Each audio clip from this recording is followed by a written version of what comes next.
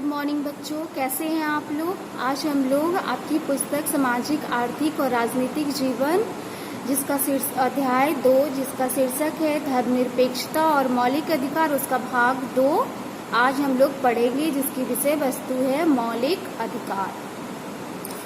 बच्चों, अधिकार से तो आप लोग अच्छी तरह से वाकिफ होंगे, क्योंकि जब आप घर पे होते हैं तो आपका अपने भाई बहनों के साथ या अपने माता पिता पर पूरा अधिकार होता है। आप अधिकार से कोई वस्तु उनसे मांगते हैं, या माँ बाप भी पूरे अधिकार से आपको डांटते हैं, आपको प्यार करते हैं।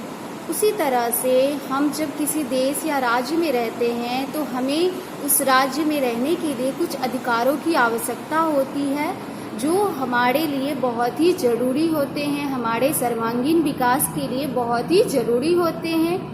उसी को मौलिक अधिकार कहा जाता है। यानी मौलिक अधिकार वे अधिकार हैं जो राज्य द्वारा अपने नागरिकों को प्रदान किए जाते हैं, ताकि नागरिकों को अपनी ज़िंदगी या अपना जीवन जीने की पूरी आज़ादी मिले, पूरा अधिकार मिले, पूरा अवसर मिले, ताकि वो अच्छे से अपना जीवन जी सके। इसीलिए मौलिक अधिकार दिया जाता है राज्य के द्वारा, सरकार के द्वारा। ठीक है बच्चों, जब हमारे देश का संविधान बना था तो उस समय 7 मौलिक अधिकार लोगों को दिए गए थे। उसमें से एक अधिकार था संपत्ति का अधिकार, जिसको हटा दिया गया। 44वां संशोधन 1978 के द्वारा संपत्ति के अधिकार को हटा दिया गया। इसलिए हटा दिया गया क्योंकि वह अधिकार रहने से कोई व्यक्ति कितनी भी ज़्यादा संपत्ति इकट्ठा कर सकता था और उस पर कोई टैक्स नहीं लगता। वर्तमान में हमारे संविधान द्वारा 6 मौलिक अधिकार प्रदान किए गए हैं, जिसको मैं एक एक करके बताती हूँ। सबसे पहला अधिकार है आपका समानता का अधिकार। ठीक है बच्चों, कानून की नज़र में सभी लोग समान है। इसका मतलब यह है कि लोगों को देश का कानून एक समान सुरक्षा प्रदान करेगा। उदाहरण के लिए देश में रहने वाले सभी लोगों को सार्वजनिक स्थानों, सार्वजनिक कुओं, मंदिरों, होटल, दुकानों इत्यादि में जाने आने का समान अधिकार होगा। उनके साथ कोई भेदभाव नहीं हो सकता है। अगर उनके साथ भेदभाव होता है तो वे लोग इसके विरुद्ध न्यायालय की शरण ले सकते हैं। ठीक है बच्चों, इसके अलावे किसी भी व्यक्ति को दूसरे व्यक्ति के साथ छुआछूत करने का भी अधिकार नहीं है। यानी कि समानता के अधिकार के द्वारा अस्पृश्यता का अंत किया गया, जो कि हमारे समाज की एक बहुत ही बड़ी बुराई थी।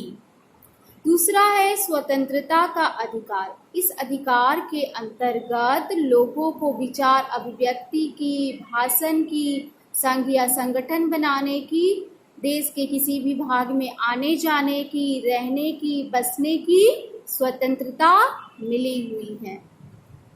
ठीक है बच्चों, स्वतंत्रता का अधिकार एक बहुत ही महत्वपूर्ण अधिकार है, जो कि हमारे देश को एक लोकतांत्रिक देश बनाने में बहुत मदद करता है।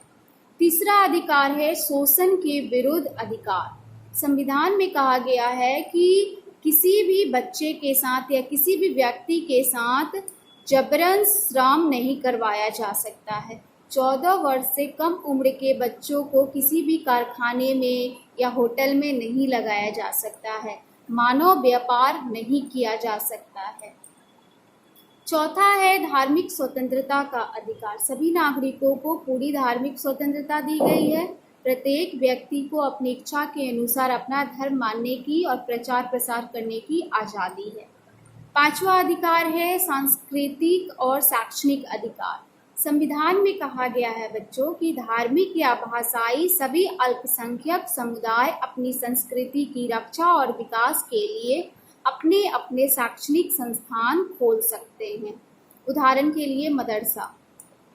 संवैधानिक उपचारों का अधिकार। बच्चों, ऊपर जो 5 अधिकार बताए गए हैं, इनमें से अगर किसी भी अधिकार को कोई व्यक्ति या कोई राज्य या कोई सरकार छीनती है तो उसके विरुद्ध न्यायालय में हम जा सकते हैं और न्याय पा सकते हैं। इसी को संवैधानिक उपचारों का अधिकार माना गया है।